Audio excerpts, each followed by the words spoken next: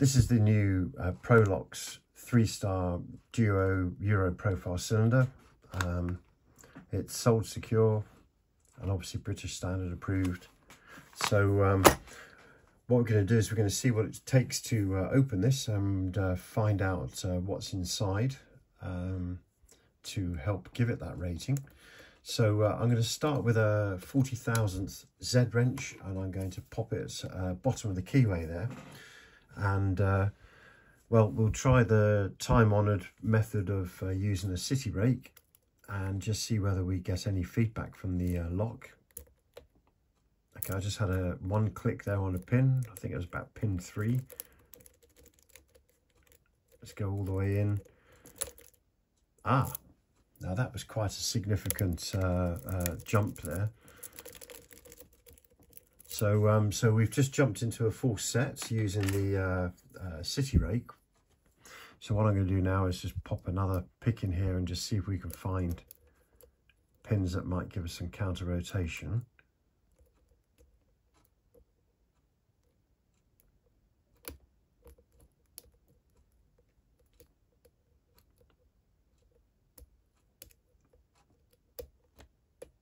Oh, there we go. We just got to a bit of counter rotation and a set on pin 1. Pin 2 feels set. Pin 3 has just set and given me some rotation on the core. Pin 4 is set. 5. Let's go to the back of the lock now. Let's see what we've got going on there. Nothing. Come back towards the front. 5, 4, 3. Pin 2. Pin 3 has given me counter rotation. Oh, there we go. That's set. Nice deep spool pin, that one. 2, 3, 4. There we go. And the lock is open. So so we've picked that. What I'm going to do is take the cylinder apart and see what there is inside.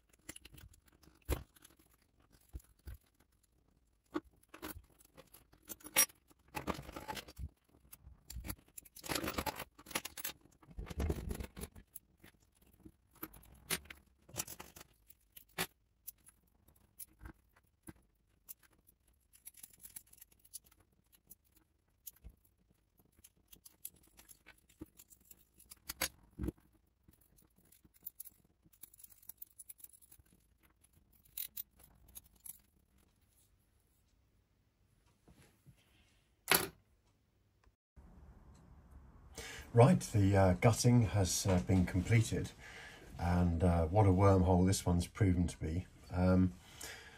Let's start with the key pins, which are all standard brass key pins.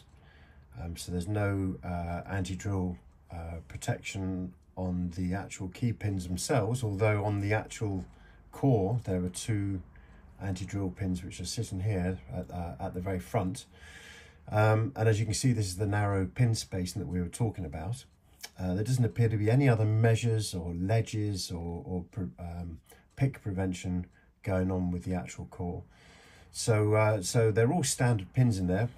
As expected, the pin at the back, followed by pin 6 and pin 5 are a long way apart. So the bitting on this lock was quite extreme. And that obviously helps with the pick resistance. So you can see on the key, you've obviously got quite a big difference between pin 6 and pin 5, which is there obviously devised to make it difficult to pick the pin at the back. Let's have a look at the driver pins. They're a little bit more interesting. So we've got 1, 2, 3 tall and skinny spool pins, which all came to great effect. And also you can see that the spool pins have been married up with these deep set pins, which obviously makes it harder to, or more likely for those spool pins to actually come into effect, which is good to see. The spool pin, or the double spool pin here that was in position 6, is made of steel, probably an anti-drill protection there at the back of the core, and again that's been married up with a quite a deep set key pin, so this would have come into full effect, and no doubt had to have been picked twice, or given some feedback to suggest that it needed to be picked twice. More interesting enough, there are two pin-in-pin driver pins here. So basically it's a brass tube and it has a steel insert in there. Let me just pick that out and tip that out so you can see there. They don't have an independent spring on these, so it's not like the multi-lock classic where the center pin is independent size-wise and spring-wise. These are both driven off the same spring, and although there's no confirmation really on the function of these and how they work, I suspect, and this is entirely my supposition and nobody else's, I expect that these are an anti-bump device, where when the bump key is placed over the top of this, the center pin and the tube that it falls inside will operate at different speeds and react differently to the bump key, and therefore stop the cylinder from actually being opened. The fact that there's two in there is going to make it doubly difficult to bump this cylinder. So for the time being, I'm going to settle for the fact that these pins, which are not independently sprung, are there to thwart lock bumping. I can't see any other efforts inside this cylinder to suggest that lock bumping is going to be prevented. And then they're all standard steel springs, as you can see here inside. And then in the actual cylinder itself, there's drill protection at the bottom there, two drill protection inserts, pins, and then there's your narrow spacing running down the narrow pin spacing running down the cylinder there. What is really interesting about this is this element here, and this is where I got completely sidelined. So let's just move us back and have a look, because when I took the this core out, the cylinder went into a lockdown mode, and nothing would work until I pushed the thumb turn into this lock here, and then it seemed to sort of index and click, and then it stayed in, and then the front of the cylinder was no longer active. You couldn't actually open the lock from the front anymore. So this part here is the bit that the tip of the key engages into, and it's held in with a little spring inside here, and there's also another little brass pin which is inside. You can see there's a hole in that, and the little brass pin lives inside there, and that little brass pin married up with another pin that was inside this mechanism here.